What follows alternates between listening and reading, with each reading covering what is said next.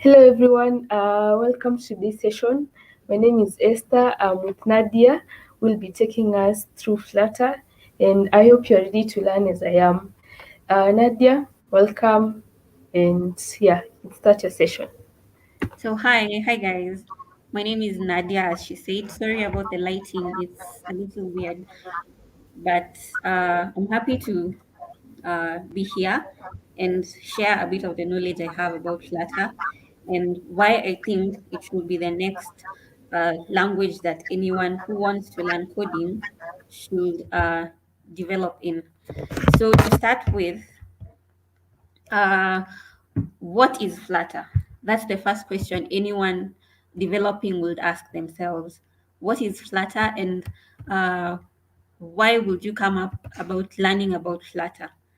When you're learning about Flutter, you realize that there's so many development languages that have been developed so far, and some of them have already been in the market for a while. So Flutter is a development framework that was developed by Google, created by Google, sorry, and which means that Google maintains it. So Flutter is a development framework that is developed by Google, which is used to create applications which can be used on multiple platforms, meaning it can be used to create applications for Android, iOS, web, um, desktop using one code base. So when you're working on an application, a mobile application, when I started developing applications, I focused mostly on Android development as an Android developer using Kotlin and Java. And then I discovered Flutter. So I was very intrigued by a programming language that could develop applications for both iOS, Android, web, desktop, and so much more in one code base. So you don't only need, previously, you'd have to know maybe Swift to develop for iOS, maybe Kotlin for Android. But now, if you learn Flutter, you don't need to actually have a background in the other applications. Maybe in some areas you might need to go into the specific code for, say, iOS or Android to change a few things, but it's not a necessity. Flutter gives you the scalability to grow your applications for multiple platforms. And then the second question you might ask yourself when you're developing is, why Flutter? That is the biggest question of anything else, of any developer asks themselves when they are learning a development language. The So, at sharing my experience with Flutter, I have developed a couple of applications using um, Flutter for both iOS and Android. But since today we are focusing mostly on Android, I'll give you the reasons why learning Flutter gives you the upper hand in the market. So the first reason you should learn Flutter is its scalability, meaning it gives you a wide range of capability and possibility of growth. Meaning, when you start out developing an application using Flutter, um, you might start off with a client who wants a mobile application for Android, but then in the long run, they might want to develop the same uh, usability for iOS. So it gives you the room to be market friendly as well as competitive in the market. Second thing, it's time saving. Like, there's Flutter works on widgets, meaning you create a widget as a page, or it works on widget trees. So developing applications becomes easier when you're connecting your widgets. And since you're developing an application that comes in um, one code base that can be read by both Android and iOS, it saves time for a developer. And then for someone who's learning code as a beginner, it's an easier to learn language than most of them. And then as compared to maybe other multi-platform frameworks, Flutter works on mobile on a language called Dart, which is to my in my experience, it's easier to learn than maybe Xamarin, which works with C Sharp, and maybe React, which works with JavaScript. It's easy, that is more understandable than the rest when it comes to a beginner learning code. And then the other thing is, it's if you're marketing yourself to a for a business or in a in a position for a job, you come in with the strength of the fact that you are developing for multiple platforms. You have the knowledge and capacity to develop for multiple platforms. And then, so when we're developing applications, the the main components that I personally look at when developing applications are usually three parts. The first part is, if you allow me to share my screen.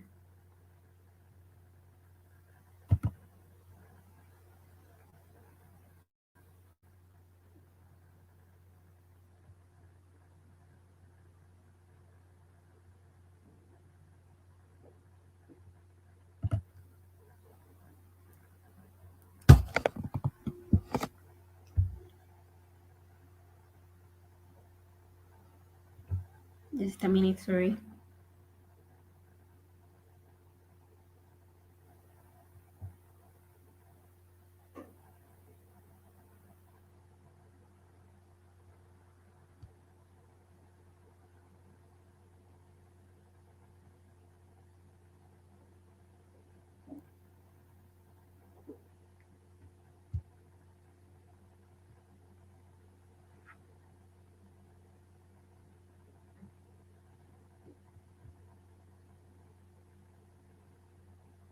Yeah, so the three parts that I personally look at when you're developing for Flutter are not just Flutter, any mobile application. The three components that I focus on when developing a mobile application is, first of all, the strategy.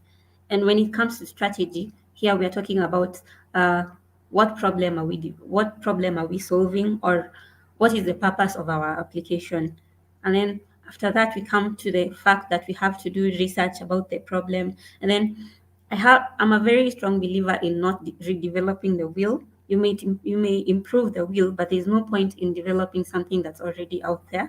So you have to do your due diligence and search about the topic, uh, do a comprehensive search about the complexity of the task that you're bringing yourself towards, and then come up with a design that is not only user friendly but also necessity, uh, keeping focus on necessities. And then the second part you have to look at is the user interface. This is the part that the user interacts with.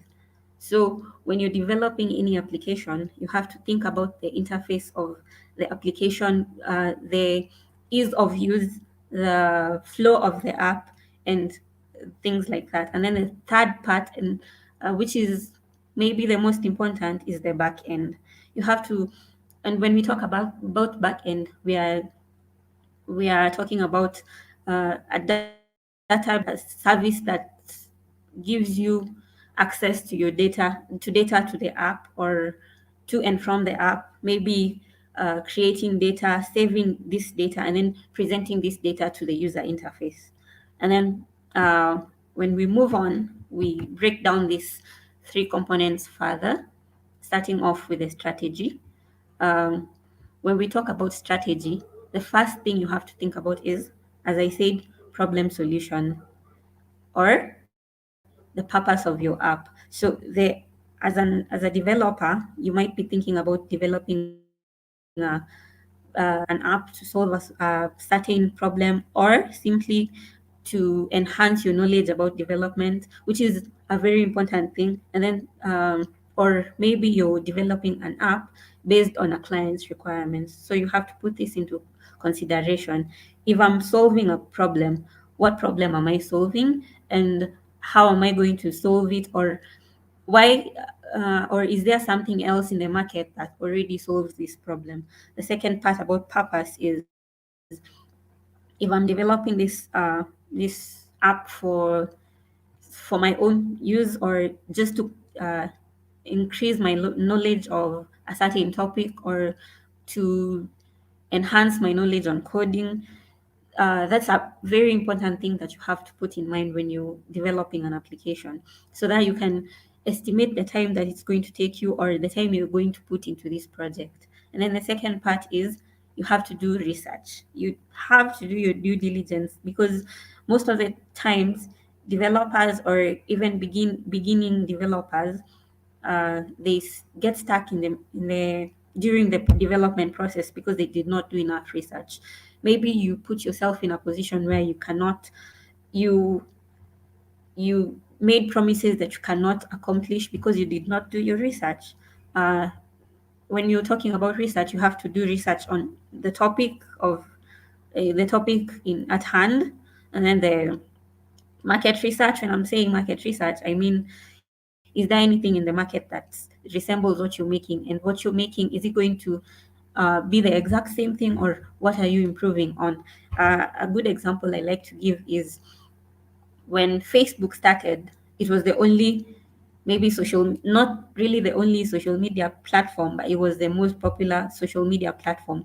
And it offers everything that WhatsApp does.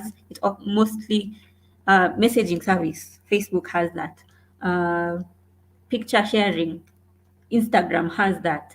But then when Instagram came in, they had their own focus. Their focus was image sharing, or like that was their major purpose, I believe, in the beginning, to share a gallery of your images, or store a gallery of your images online, or in a cloud that is accessible at any time you want, and maybe sharing it with your followers, people who want to see your images or anything of the sort. And then when WhatsApp came to the market, they had their own focus. They had their own focus, which is WhatsApp, which is messaging, and they put a lot of research onto this topic, such that they know that when we decide to do messaging, the next step is bringing business into this, and then making it such that when you're talking about messaging, the first thing that comes to mind is WhatsApp. So put your focus onto something that is going to improve whatever is already there, or develop something new. There's no point in developing the exact same thing. That's not only waste of resources, but also not advisable. And then the third part, sorry, is, what are the requirements for your application? When I talk about requirements, is um, what what services do you think you're going to include in your application? Some services that I personally think about is maybe chat capability. For instance, if I'm developing an application for uh, maybe a company that wants to store their reports online instead of using the paper method.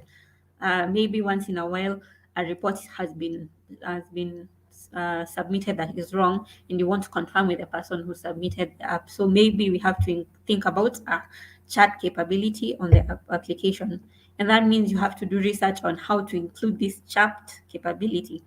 Another thing is maybe in-app payments, or something of the sort.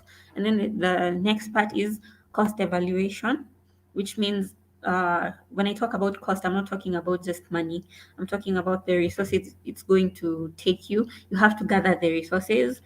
Think about the resources first of all, and then gather them. Maybe yeah, gather the resources, and then money, obviously, because development is not cheap. And then the time it's going to cost you, you have to estimate a time frame, so that you can be accountable of your own development process. And then there's design. One thing I forgot to mention about the components of mobile application is that it's a cycle. It's not a continuous line. Like, you don't come from strategy design, go to user interface design, and then back end, and that's it. No, you have to keep on going back to the first step, going back to reevaluate your design, reevaluate your back end database design or something of the sort. And then, so giving it a specific use case scenario, um, I came up with maybe a real life example. I want to develop an application, so I have to think about the the strategy. When we come to strategy, the problem I want to solve is I'm spending way too much money every month. So I want to know where my money is going, or how much I'm spending per month, just to be accountable of myself. And then, so in that scenario, one thing I like doing is having a design of what I want to view on my app, or what data I want to be available on my application. So the first thing is I like to use real pen and paper, just to keep myself active and my mind active, instead of always designing everything on the application on the computer. I have to jot it down first of all, just to have a clear idea of what I want to develop. And then the second part is, when you come up with all these requirements that you have decided on, the problem that I want to solve is another thing. When I was working, I've worked as as an as an the first thing I put my mind to when I went into freelance development was the idea that the app to be I want my app to solve a certain problem. And the problem that I came up with is companies are using way too much paper for no reason. If we can save the amount of paper that companies are using for maybe reporting or signing in,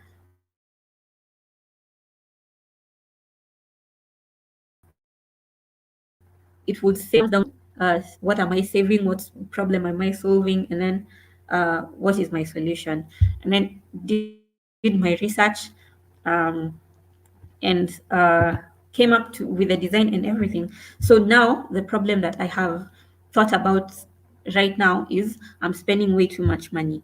So the problem or the purpose of this application is, it's basically a self improvement app, just to monitor my expenses. And it's in the process I allow myself to learn more about coding, which is always a good thing. And then the second part is I did my research. I might get something that is similar, but it's not tailored to exactly what I want. And then the requirements. So when it comes to requirements, and the requirements of my design, my specific design is, I want a user interface that shows me my expenditure, uh, monthly expenditure, and maybe what I'm spending it on. So, which is why I came up with this design.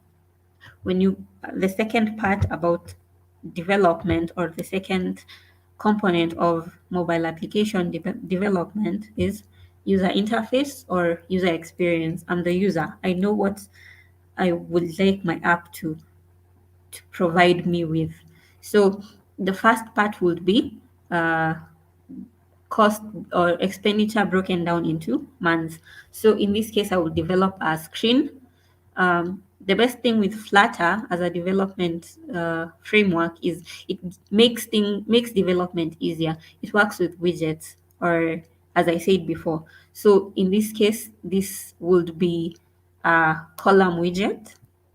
So because columns are sequential going down, so I will develop columns that show me the specific months, maybe January, February, March. And then when I click on each column, it takes me to the second screen, which means I have to find a way to navigate to the second screen, whereby Flutter comes in again. It gives you a command navigator that allows you to navigate from one screen to another. We'll see it in action in a few. And then uh, after after coming up with a user interface or the design, it can be as simple as you want or as complex as you want. But the most important thing to put in mind is the fact that the user interface is what the user interacts with. So it's a very important component of any application.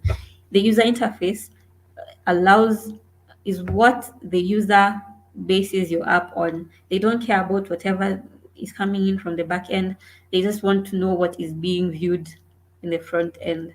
So user interface and experience is very important. And then it's the third part now, the last part, which is equally as important, is the back end. The back end is this basically, sorry, the service that stores the and delivers data for your app. So we are talking about the crude method, creation of data, reading this data and presenting it onto your application, and then updating this data, and then maybe deleting this data from the database, which are all commands that you need to learn as a developer, mostly for you can develop an application without backend, but then it doesn't really do much. It's like a website without back end. Doesn't really do much. It's just you view a viewing app is not as it doesn't really do much. So that being said, we come into the fact that why do this with Flutter, and why not decide to use other applications that are already in the market, which brings me back to the second part that we discussed about why Flutter. This is the if you take anything from this, just understand that Flutter is developed or created and maintained by Google. We have the other um, frameworks like React or Xamarin that allow you to develop multi-platform applications, but then they're also maintained and developed by good companies like Facebook and Microsoft, yes. But then you know for a fact that Flutter, the support that you get for Flutter is is good because Google is a very good company to which means that it allows you to have the comfortability or the just so you know that Flutter support is always going to be there, and the fact that it keeps on growing is um, it's always in development, meaning it's not stalled. It's going to give you better and better as it goes on. And then another thing that Flutter gives you is so many people using Flutter have developed some things called plugins, which allow you to develop even faster because it makes you maybe you want to develop a form. There's a plugin for that.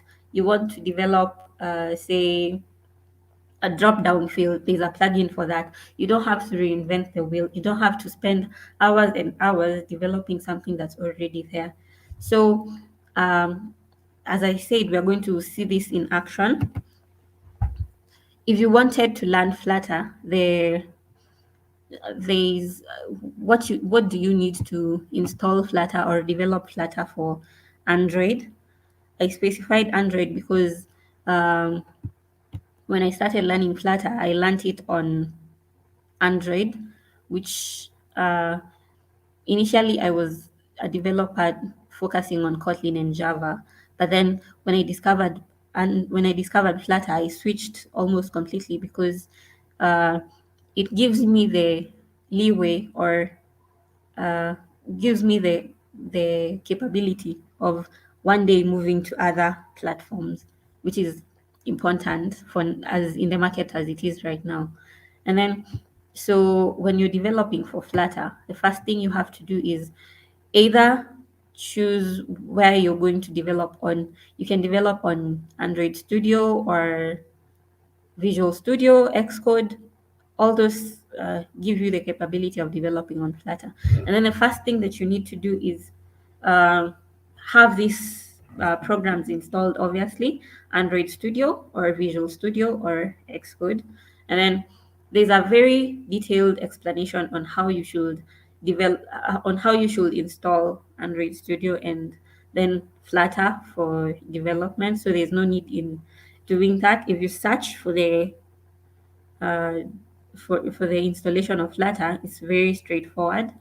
And then, so when you have already installed Flutter on Android Studio, as I already have, and then you want to develop an application, the first thing that you want to do is develop a sorry you go to the file, uh, as the title of this presentation was, it's going to be a walkthrough. I wish it was in person because we will interact more, but then this is also okay. So the first part, you have to go to file,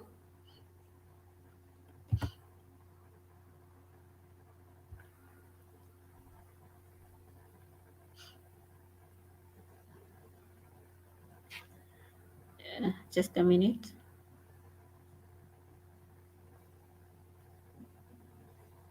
Yeah, when you go to file and then select new, and then new Flutter project, it will give you a walkthrough on how to create a new Flutter project. And then once it's completed, you have entered your package name, the name of your app. It gives you a page like this one. So you have the iOS folder here, and then the Android folder here, which means you also have the web folder here, which means it's producing code for all this, and you can run it on either platform. So if you're developing for Android and you're running it on Android Studio, one more thing you have to know is you cannot run iOS on Android on non-Mac laptop. So you have to own a Mac laptop if you want to develop for iOS. But this presentation focuses on Android, so I'm using Android Studio, and you don't really need to do any specific app specific uh, changes. So the first thing you have to look at is the when you create a new application, it takes you to the main screen. The main screen is this is the first spot that you land on when you run your application. This is the first interaction of your application with the the real life device. So this I'm going to explain each code in steps, in stages, as if you'll allow me. So the first part gives you the main function, which leads you to run the application. And then, as I said, Flutter works with widgets. So each each widget is a component in the application. So the first widget here is a material app. Then it works with material widgets to be specific, but you can also incorporate Cupertino widgets, which gives you the user interface most similar to iOS. And then, so the first interaction is this is your material application. This is the face of your application. So in this part, you can specify whatever you want to specify. If you want to change the app title, which is what appears at the top of the screen, you can change it here. Mine says Flutter Demo. We can change it to maybe, let's say, the test application.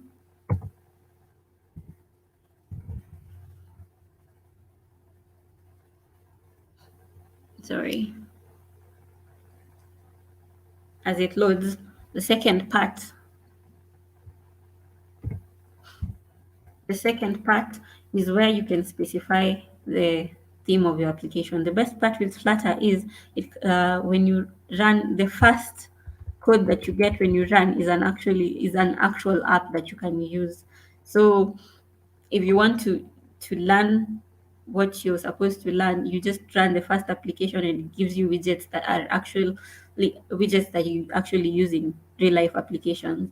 So this part, the theme data, allows you to change the theme of the application, which is where you can change maybe the color of the app throughout, maybe the main color of the app throughout. You can change button colors, you can change text style, you can change the font style, specify the font style for the entire application at this stage.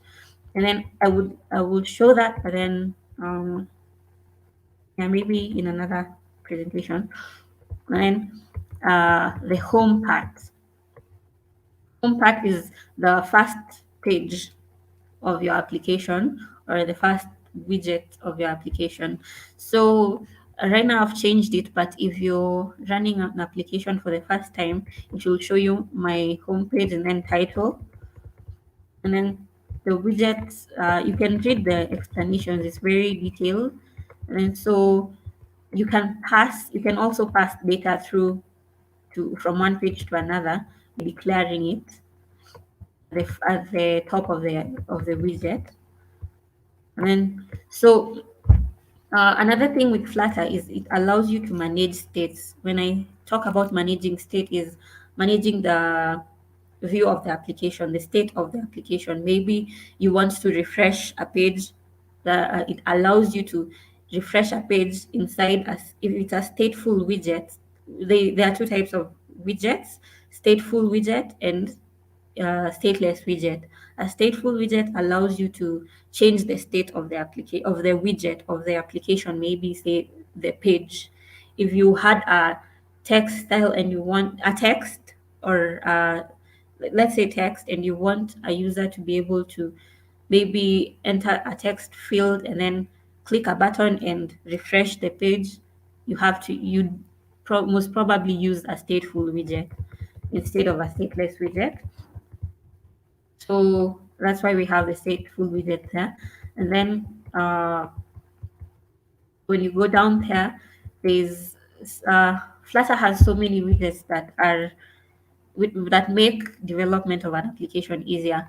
If, for instance, there's a column widget, row widget, which, as you saw in the presentation, we would like to develop an application with. Sorry.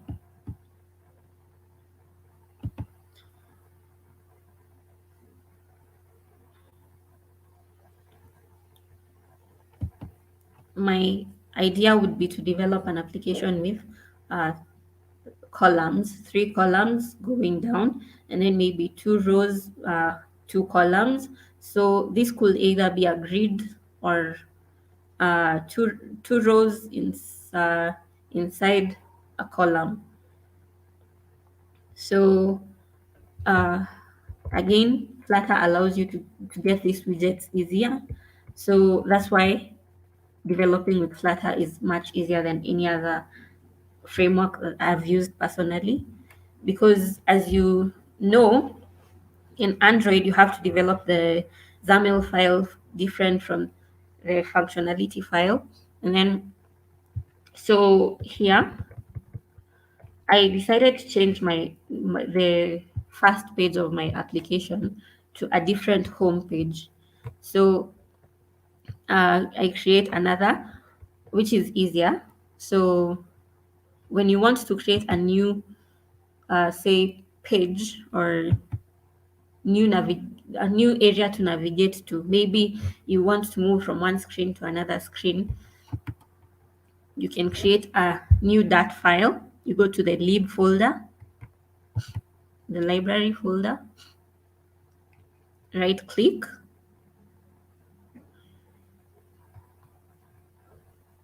one thing you should also know is Android Studio is it makes any computer slow. So if you're planning to be a developer, just invest in a good laptop with a good processor and enough storage. So if you click on the lib folder, there's a new, then a dat file.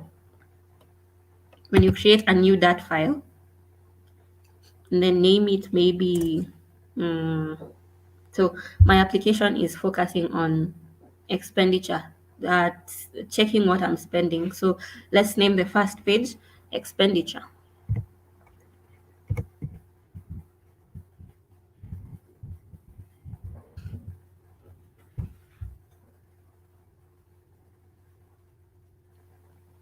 So when you create it, it instantly creates a, a file for you.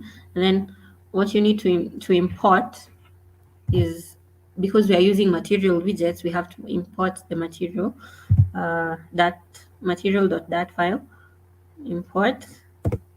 And another thing that you're noticing is the fact that Flutter suggests the code for you. So you might not know the exact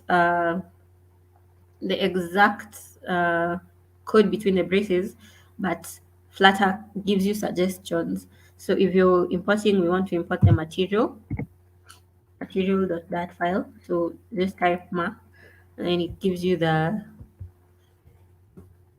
suggestions. So there we go. And then we have imported that because we want to use the material widgets. Press enter, and then stateful there. When you want to create a new page as a widget, you have to specify it, so if it's going to be a stateful widget or a stateless widget. So for my case, I want a stateful widget.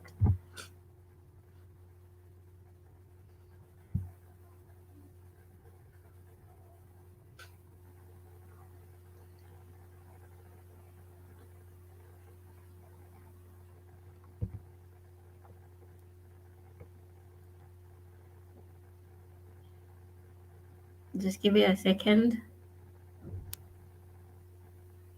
Then select new stateful widget. And then let's name it. Let's say I already have a widget called probably expenditure. So let's name it something else. Let's name it um, uh, monthly spending. Monthly. Also, you have to realize that it's case sensitive. It's a warning. It's not going to make your app not work, but it's always nice to follow the rules, if I do say so. And then uh, it's created a stateful widget. Inside the stateful widget, it creates the state, and then the managing the state works here. So we are using this is the build where we will have the widgets that will be displaying on this stateful widget. So let's start with a scaffold widget, which wraps the other widgets inside the application, and it allows you to add an app bar. An app bar, if you developed before, you know the app bar is the top part of any application, the part that shows you the navigation icons or drawer button, such stuff. So, or the title, app title. So we add a scaffold widget to hold these other widgets. Scaffold,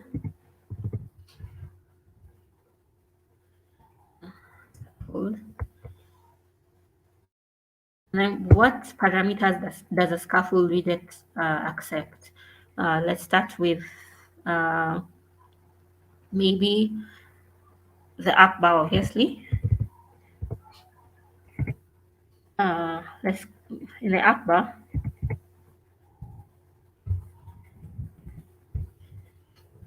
we will have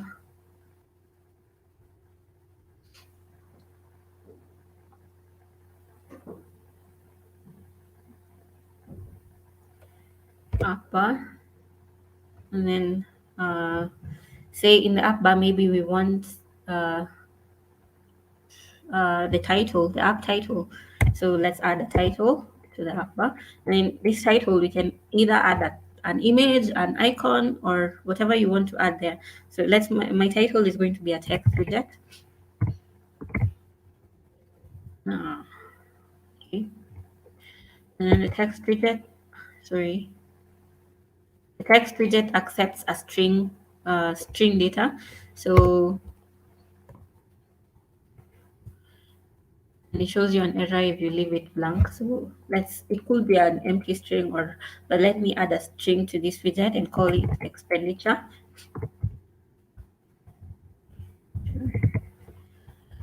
And then what else do we need in the app bar? Maybe a drawer button. So drawer, The drawer button allows you to have the side menu, but you can leave it blank if you just want the drawer button. The drawer widget. For now, we're just going to leave it blank because it's just explanation. Mm. And let's add a drawer widget.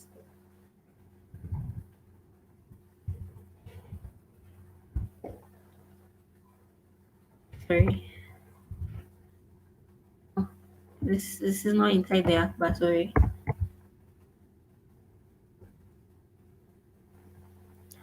It's outside. It's a scaffold parameter.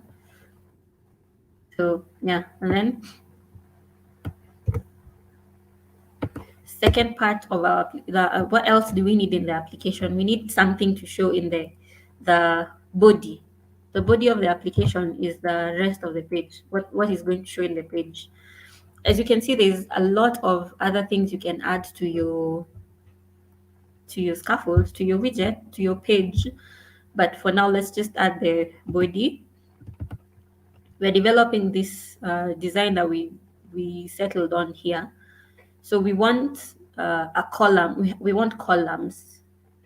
Different. We want a column with 3 containers. So let's do that. So in the body, we'll have maybe I like to start with a safe area. Safe area which just allows you to uh, when in a real in a real phone or real device, there's that part where there's the navigation icons, maybe to close the app or go back button, center button, and the other menu button. So in a real mobile phone, some don't have the buttons, some use the entire screen. So if you want the screen to leave space for the navigation bar of the real device, and maybe the top part with uh, time, or yeah, if you want the app to leave that space, you should maybe start with a safe area, just to be safe. Pun intended. So the first part we're going to use in our body, we have decided we want a column widget. So let's add a child to this safe area, child, and call it the column widget. And then obviously braces. um, in this column, we have to keep checking the design. We decided to develop 3 containers with equal spacing and probably at the center. So let's do that. We what parameters do we want? We want the whatever widgets are showing in the column to be centered. So we want this column to be centered, and we not only want it to be centered at the top, but also uh, in the page, the center of the page, uh, in the x-axis and y-axis as well. So we look at our design again. You have to keep on comparing what you're doing with the design, so that you don't develop things that are not equal to what your intended design is. So talking about widgets, sorry, I was trying to run it. So column widget, we've come to the column widget. What do we want the column widget to show? We've decided we want it to be centered. So against the main axis of the column is, because the column goes down, so the main axis is going down. So main axis alignment, or yeah, main axis alignment dot centered. Center. You might as well just wrap the entire thing in a center widget, but just to be safe.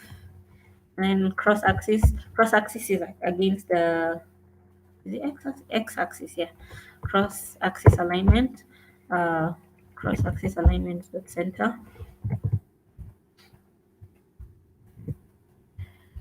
and then what else? So we want our column to have the 3 different parts. So a column widget cannot take one child, like the safe area. It's not a one child widget. It's because we are giving it room to have several uh, widgets inside it. So column takes the children instead of child, and the first child we're going to add is a container. A container is like a box. So in Flutter, instead of wrapping them in a box, we say we're wrapping them in a container. Easier. See, that's why Flutter is a very interesting language. It's literally human language. You can understand everything you're developing as while you develop it. So let's go on to the child widget. The first child is a container. Container. You can tell by the way I'm developing, I'm very passionate about this. So the container widget, um, don't forget to separate it with a comma, just because we are going to have several. So the first container, second container,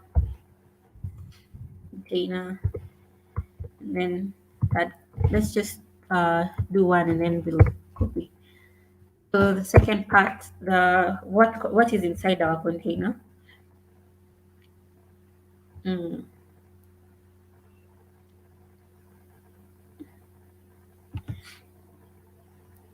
The container has a text. We added a text to the container that says Jan. So we have to include that inside there. And then it's centered. So just to be safe, again, I know we centered the column. Just to be safe, let's center the text inside the container. So we add a child to the container. Say the text first of all.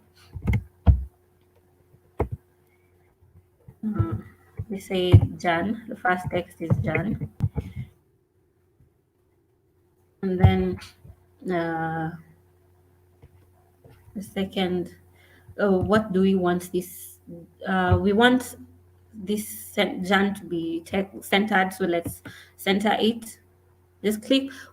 Do you see that? It's very interesting. I just clicked on text and then it gives me suggestions for what I want to do. So I decided to add a centered to wrap it inside a center so that the text will be centered inside the container. So we've centered our text already. Then maybe we want this container to have a little bit of space between it and the next container, or it and the top of it. So let's add a bit of padding to the container, between the container and the next widget.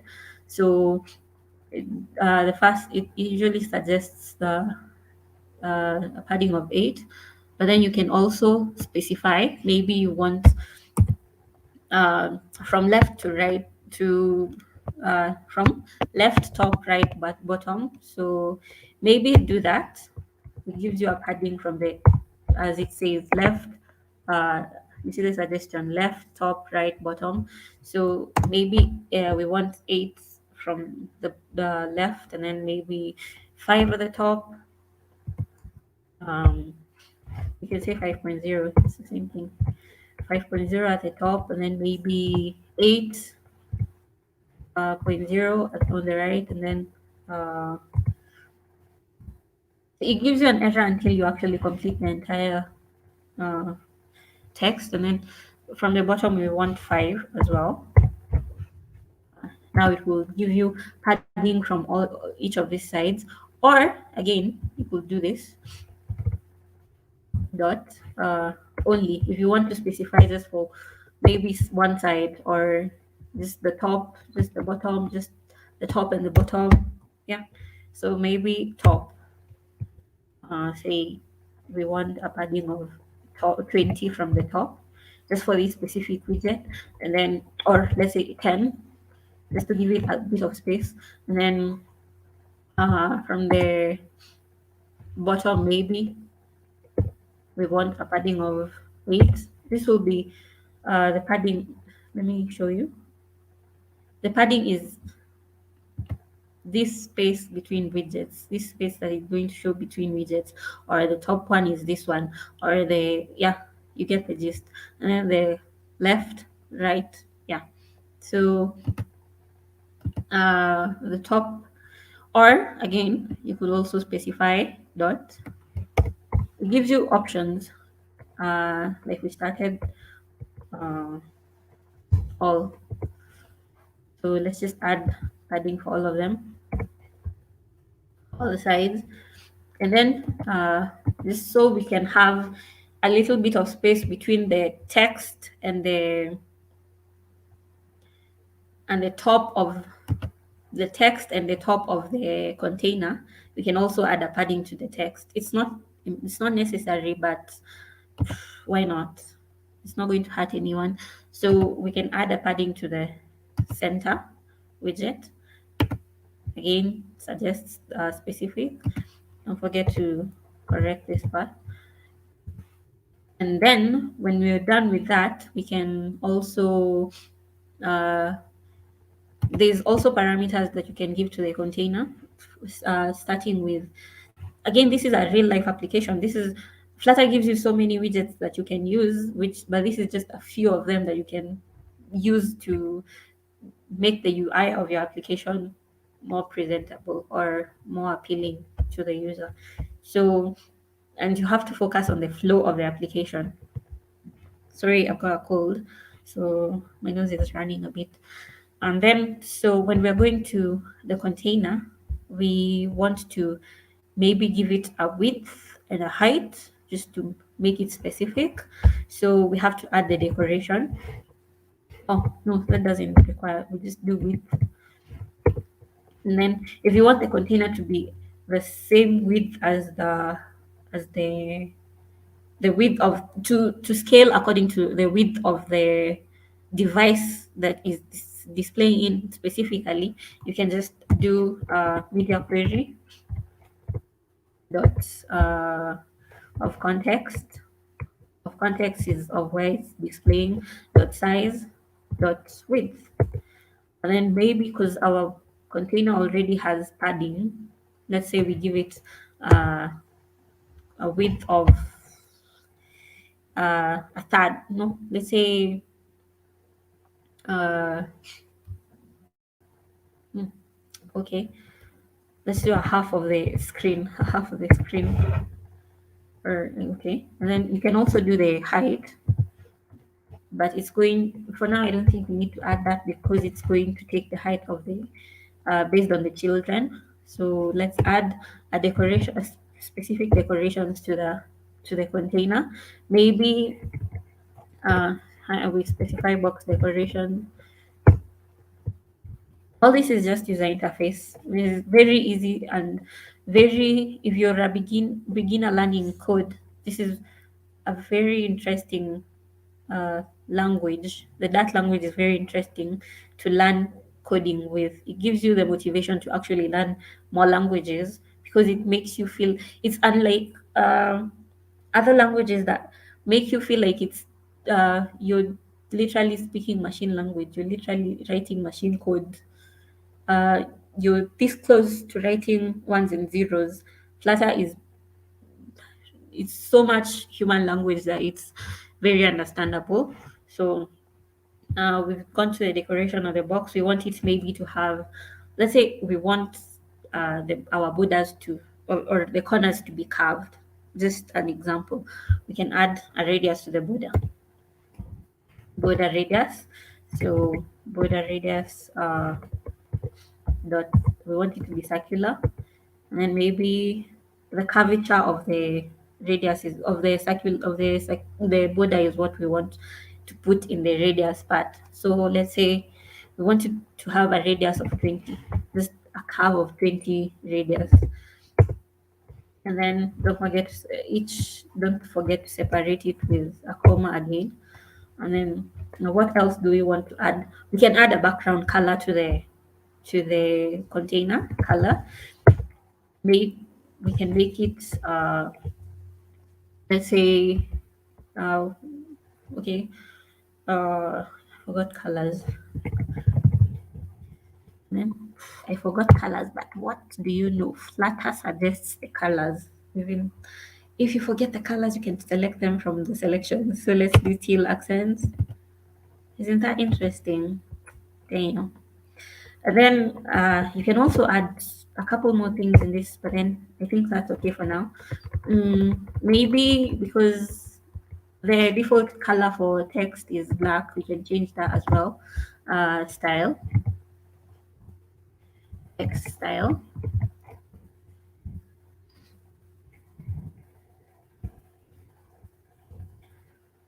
Uh, in the text style, we can change a couple of things. We can change the font size, make it maybe 20.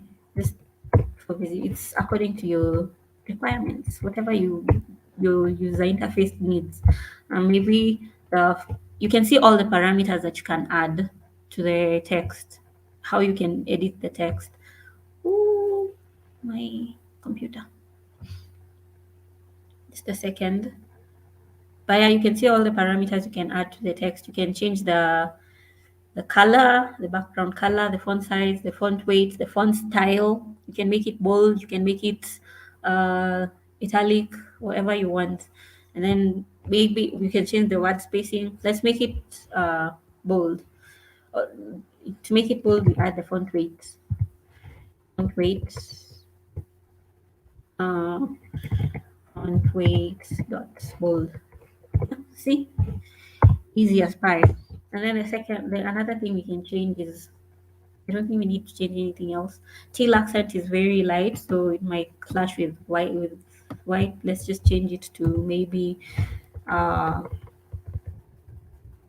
Okay. Mm, let's make this a purple. Purple is a good color.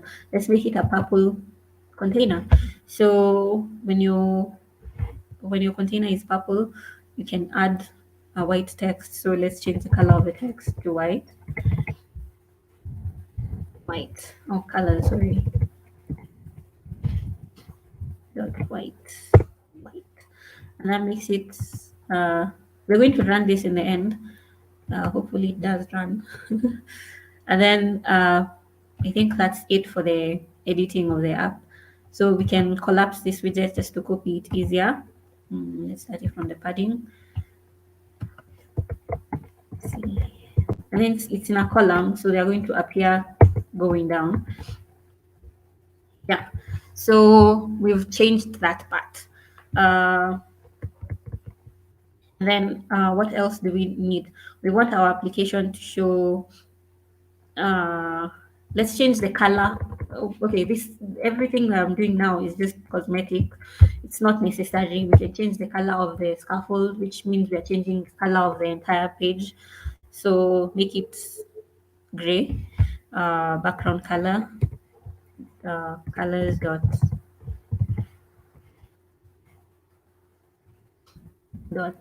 uh, say make it like a light white.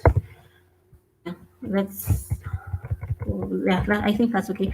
And then just to make sure that the app bar is always has a shadow below it, or it's slightly raised, so we can change that if we wanted to, but I think it's okay for now. um, but if you wanted to change it, the command is elevation, and you can change everything. There's so much you can change in the app bar. You can add a leading widget, which is the back button, or remove it if you don't want it to appear. Because by default, if the screen is not the first in the tree, the widget tree is the flow of the application. If it's not the first in the if it's not the first page in the widget tree, it's going to show the back button by default. So if you want to remove that, you can remove that as well. But I don't think we need that because this is the first page that is going to show. And then uh, we also wanted our application, if you click the container, it takes you to a second screen. So we can add that functionality. We add a widget, and then let's call this widget a gesture detector. And then in the gesture detector, you can change. There's so many things you can detect. You can detect double tap for like Instagram liking button or liking functionality. You can detect dragging or swipe to delete. Yeah, there's so many things you can detect with the gesture detector. But for now, we want on tap. So if you tap the container, it takes you to a second screen. So let's say Let's add a function of void function to that. On tab navigator,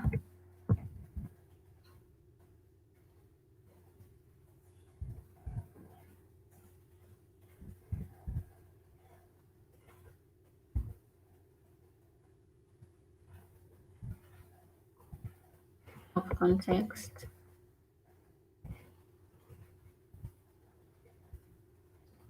dot. We want it to push to the next screen, so we find the functionality for that.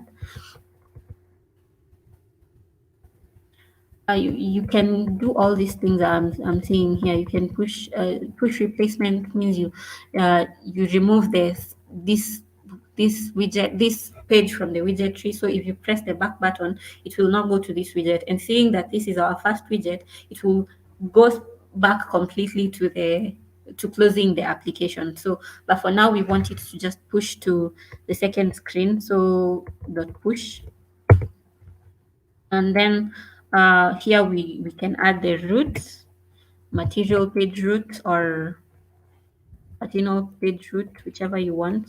Sorry, what is wrong with my typing today?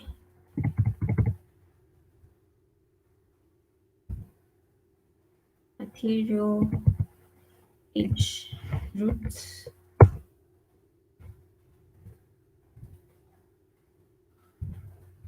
Mm-hmm.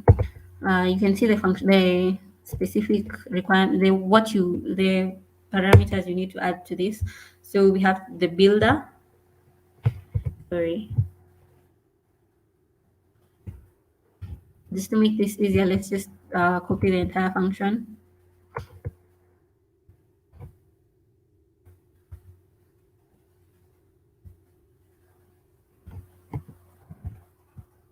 The C time is not with us right now. So this is a function, so you need to end it with yeah, the semicolon. One thing I hate about one thing that gets to me with coding is when you have that one bug that you cannot fix, and then you find out that the bug is the fact that there's a missing semicolon, but you will not have this problem with Flutter because it shows you where the error is most of the time.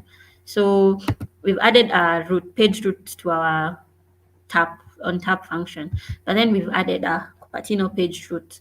Cupertino page root, we have to import the Cupertino functions. Cupertino page, when I say Cupertino page root, it means the animation is different. So if I'm not wrong, the Cupertino page root is it covers, it's like a slide on top. The page slides over the previous page. Yeah. And then the material page root, or either that or it comes from the bottom. I'm not sure. I'm not sure. You have to check the specific animation, and then after that we have to go to the importing function just to make sure that we have the Cupertino file in the in our imports. I've just clicked on it, showed me the imports that are missing, and then we want it to go to a second screen. When you tap the container, it takes you to a second screen. So let's create that second screen that we want to be seeing. New that file, uh, just like we did before. Let's call this screen details. Detail. Yeah, so details. We can use it. We can actually do just for uniformity. Let's do small letters. We say details. Hmm. So the details, as you can see, the expenditure has an error because we've added a screen that is not imported yet. So let's do details. In the details, we can add again import the whatever we imported before, just to add a stateful widget. Let's say uh, import material. Sorry, material file. Don't do that. Stateful widget. Just the stateful widget, the entire widget, which is good because you would have written the entire code. This saves you a lot of time. So we are calling it details. So let's just call it details as well. The class, let's call the class details. And then in our details page, we can, if we don't want to have the app bar, we can leave the container. But I really like having app bars just for uniformity. So let's add it. Let's change this to a scaffold widget instead. And then in the scaffold, we can have the app bar again. This sorry. You have to be careful about what you're doing. So app bar.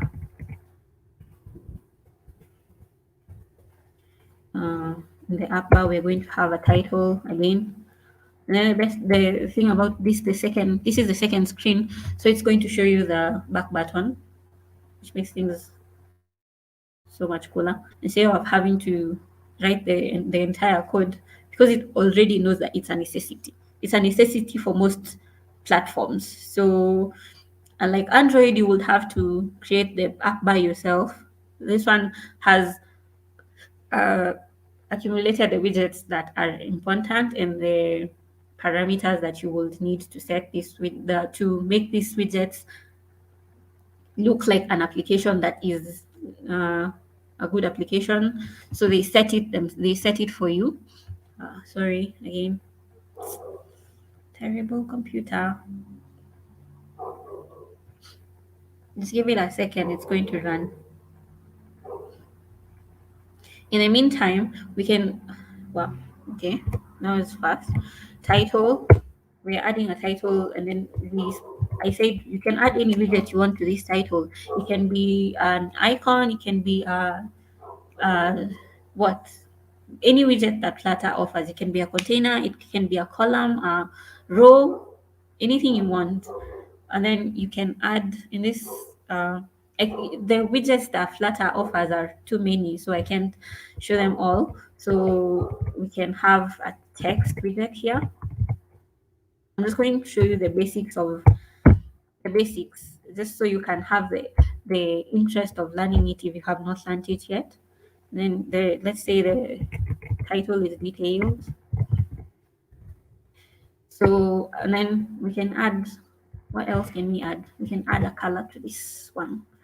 Let's add a background color to our app bar. This time let's add a purple. Just go with the flow of the app. Colors, but deep purple again. And then just for uniformity, let's change the theme of our app from what it was before, which is, sorry, the theme data. This is where we change the theme. If you want the app to be specific, sorry, if you want the app to change the app color, if I don't know how to explain it, the main color of the app, the main color that appears with the app, you have to change the primary swatch color or the accent color if you want to change the accent color of the app. So let's change this to deep purple. And but for if you want to change the primary swatch color, it has to be a material color. So just to put it out there, you can change the other parameters that don't need you to use the material colors, but this one specifically requires material color. Material color, I mean the colors that are offered by that. Yeah. So let's go to the details page again. We change the background color of the app bar. Then we can change the what? We can also change. Okay, the let's go to our design again. As we said, we are going to develop an app with two row, two containers in a row, and then these two containers in a row are followed by another two containers in a row. So let's do that.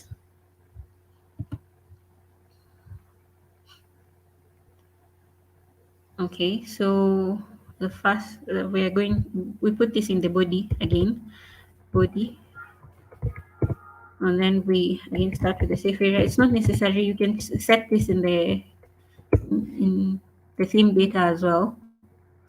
not in the team data, in the material, the main app. So safe area, but it's just a practice I have gotten myself accustomed to. So safe area. In the safe area, you can add the child. Let's do this quick now because we have understood what we are doing. And these rows are in a column. The rows are wrapped in a column. So let's start with a column. Column, column widget. As we said, let's make this widget center aligned. Main axis alignment, main axis alignment dot center. You don't have to wait for the suggestions. It's just I'm showing you that it actually does suggest the code for you, which is impressive.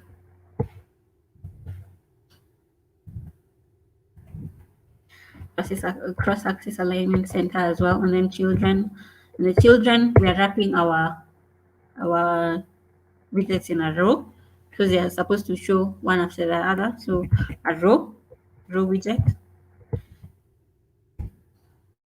In this row widget, we have let's say we want them to be equally spaced on each end, like to be on each end of the screen. So let's say the main axis alignment for the row is horizontal instead of vertical like for the column. So main axis alignment, the space between, then cross axis alignment dot center. Cross axis alignment is the vertical. And then we have to add children to this. The two children, a container and another container. So let's say container, first container.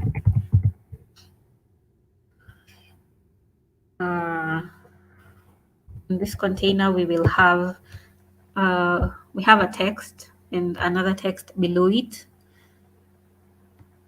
So it's easy to understand what you're developing by constantly familiarizing yourself with what you want the app to look like, which is why I'm still going back to it. So as you can see,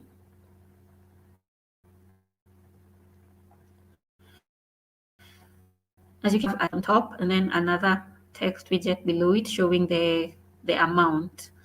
So sorry, we can do that again. So in the container we have seen that we need a text widget, one above the other one. So let's add that. We add a child widget, child column widget.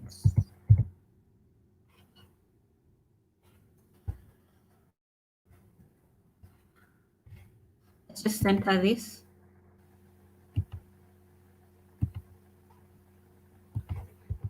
And then inside the column widget, we have children, the first text.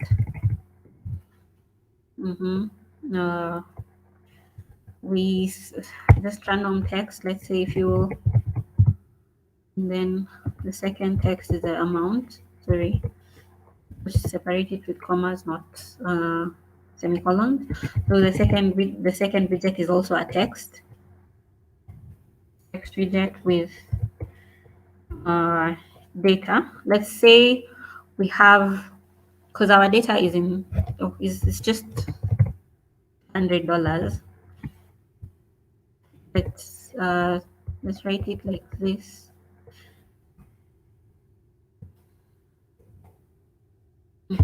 Sorry, 200, and then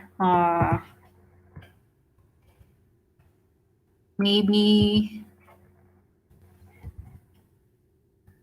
we have to copy the entire thing again.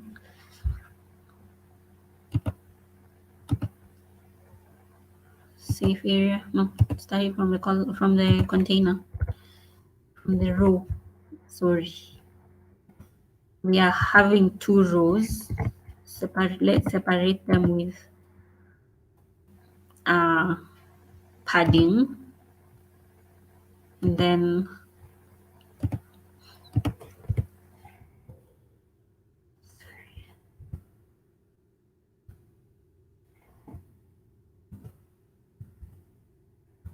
yeah, and then we can add the height and width to this one as well. Container height, let's say 300 or 200. Width, just to make it uh, 200. Uh, Same thing for the other one.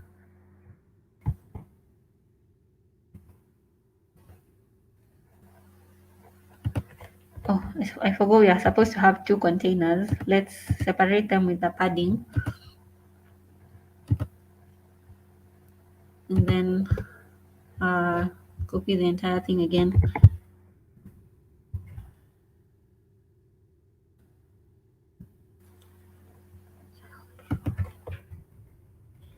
Children. Yeah. Now we have our two screens. So we want to navigate from the first screen to the second screen. We the class name. What's the class name of this second screen? Let's just copy it.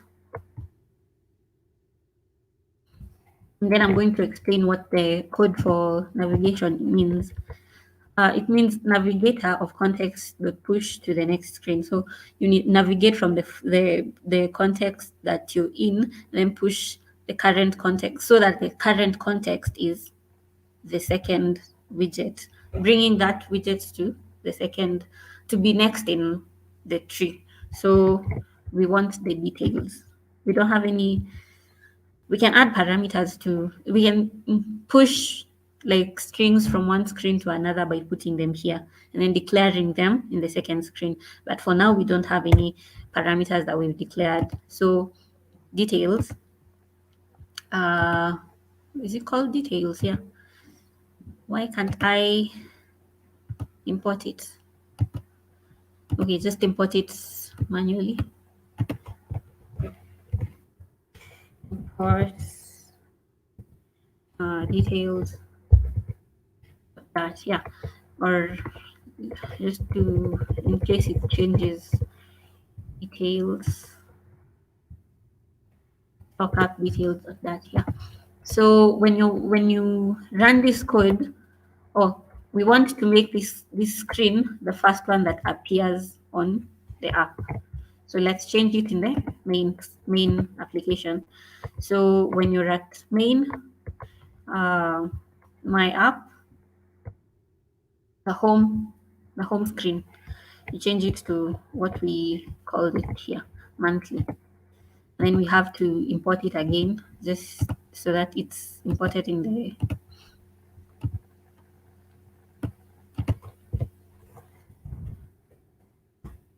we call it monthly.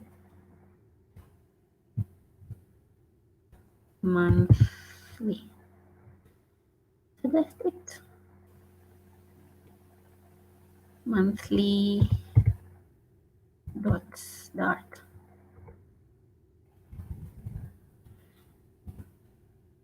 The only reason it's going to be okay here is because it's in this. Oh, sorry, what's it called? Oh, it's called expenditure. Sorry, not monthly. It's called expenditure. So I was saying the only reason you don't have to declare the path of it here, like you see here, we have declared the path. It's in the package, the folder for stock app, and then home dot dat. But here, like it's not necessary if both the dat files are in the same folder. Yeah. So when we run this application, assumably, it's going to produce the first screen, which is the expenditure screen, and the second, and then when you tap on, wait, before to add gesture detector to the second, to the other form, other whatever's, to the other containers. So add gesture detector here, and then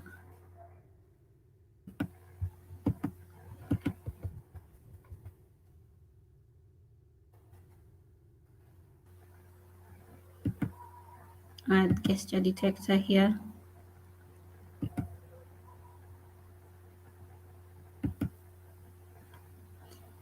By add gesture detector, I mean wrap the widget in a gesture detector. And then we will add the on tap function as well. Okay, it's not wrapping. Let's just do this. Oh, it's because yeah, it's me. There, and then wrap this in a gesture detector as well.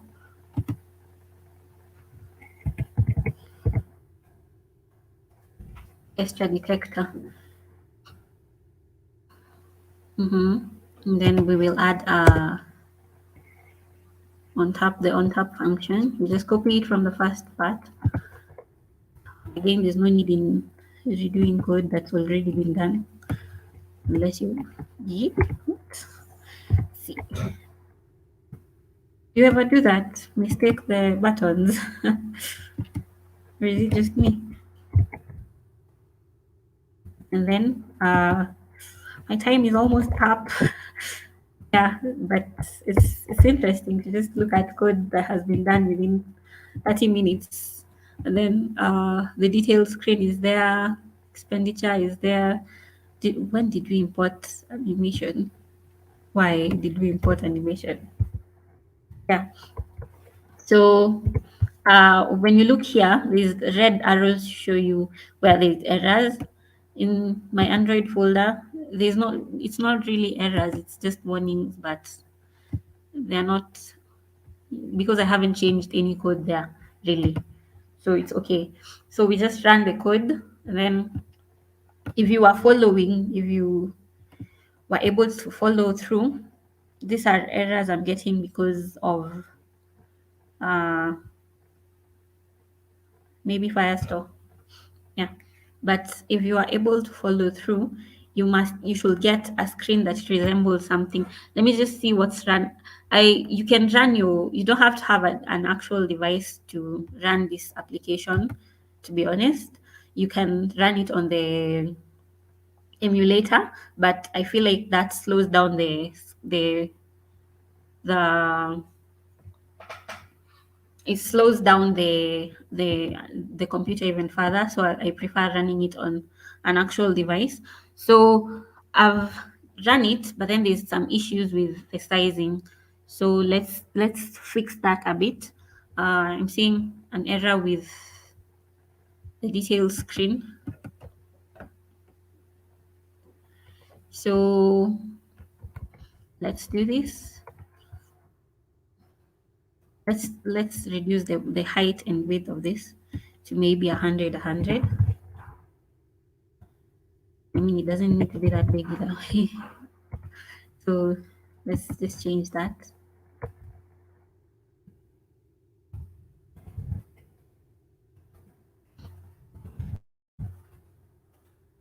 And then the UI is not as pleasant as I thought it would be, so we might have to change the color as well. Okay. Yeah, so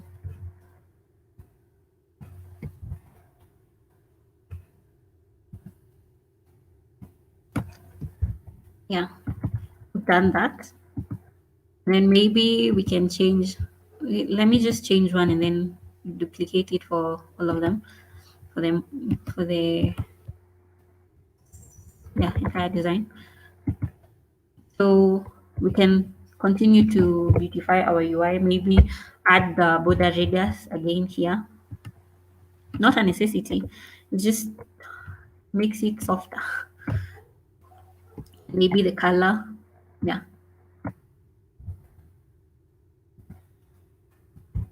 So add that decoration there, and then we can duplicate this code again,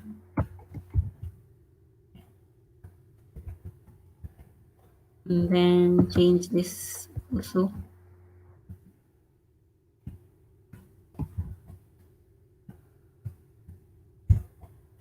Yeah, and then uh, home. Sorry, expenditure. We want to go to expenditure. Expenditure. I've noticed that the widgets are not center aligned. So we can wrap this in a center widget, which beats the purpose because, okay, yeah, it happens though. So let's just wrap it in a center and then run the code again. Another thing with Flutter is it's very fast to develop because once you run it the first time takes a bit of time to run completely. But then once you run it, you can just hot reload from there, and it instantly see it took. Forget the errors that are showing there. It's because of something else. Yeah. So it took the whole of 7 seconds to restart the application and show the changes. Um, Let me just try and show my application as is. Huh. Again, I want to edit it again just a little bit. It's not necessary, but I feel like I want to. So change the center this one as well.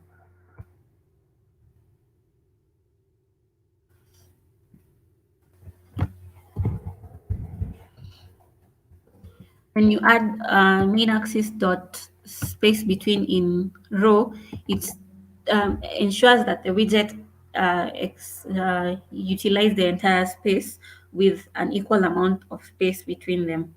So it takes the widgets to the farthest corner that they can access. So that's why we've changed it to center, just to center the widget. And then we can change the parameters here as well to center the text to send to the center.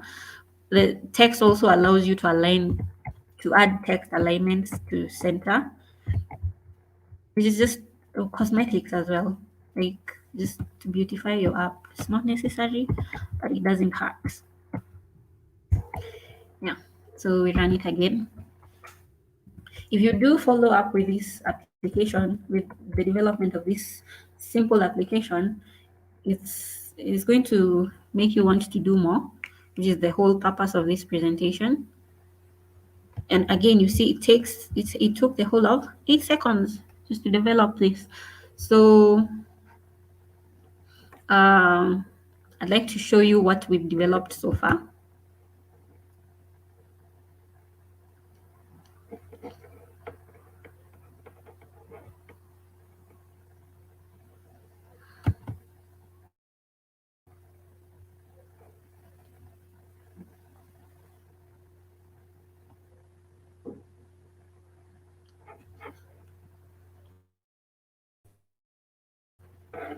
Give end screen, but this is the app. Let's see. Let's see. We can see it.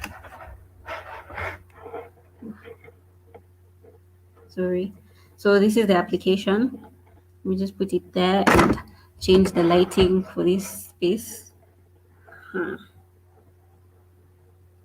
Okay.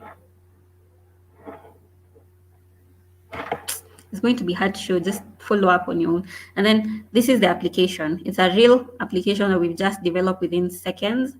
And when you click on each button, it takes you to the next screen, obviously, like we wanted it to do. The rest don't have any functionality because we have not added functionality to it. And that means there's so much more you can do with this. So, and then this one takes you back. As you can see, we added a drawer button which shows you the side menu that to this screen, but we did not add one to the other screen, so it does not show there. And then when you click back, within 30 minutes of code. So if we had more time, we could have done much, much more than this. But then for now, we can be satisfied to know that Flutter is very scalable and allows you to develop at a very fast rate. And that's for Android, meaning that if you had other devices, if you are developing for more than just one platform, the same code would be showing on iOS. The same code would be running on iOS. So Flutter is not just for Android, but it's very It's a very good language, very good framework to learn with when you want to start developing.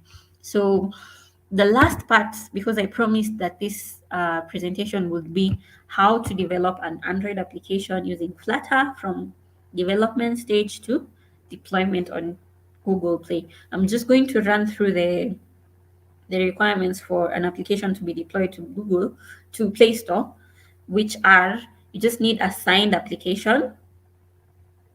Sorry, you need a signed APK to deploy it on Google, and then you need a Google account, Google developer account, which is not expensive compared to this run down. iOS allows you to have a developer account, but you have to pay 10,000 yearly to renew your subscription.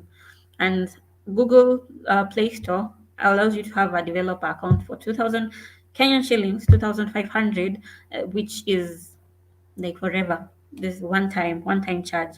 So if you want to develop something and you torn between what to start with, I'd suggest starting with Flutter. And for uh, if you do not have an iOS machine or a Mac machine, sorry, you can just start. And then in the long run, when you're growing and continuing, you can add these other platforms. I have developed for an entire web application using Flutter that is being used. I have developed an entire uh, cross-platform application, which is currently in development for iOS, Android, and web, which means that the client not only gets an Android application, they're getting an application for iOS, an application for Android, and as well as an application for web within one code. Which me as a developer, I'm just writing one code, maybe tweaking a few things here and there, because I'm not showing you that when you run this application, it comes with the default app icon for Flutter. You may not see this. Okay, sorry. Hmm. Ooh, this might not be. Yeah, sorry. So it comes with a default icon for Flutter, which you have to change in the specific code for for Android and iOS. Or yeah, but it's not also necessary. There is a plugin that allows you to change it from the Flutter play pub the pub spec file.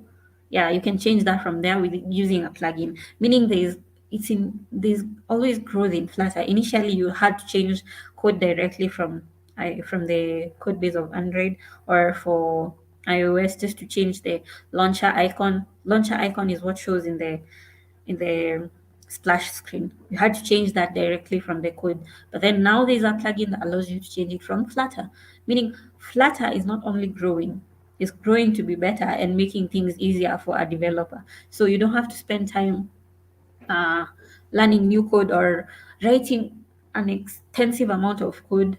You just write what is necessary and develop a UI, show your creativity faster than ever. So, if there's anything that you come out of this presentation with, is the fact that Flutter uh, is for everyone. Does not necessarily mean that you need a background in iOS or Android. Not really.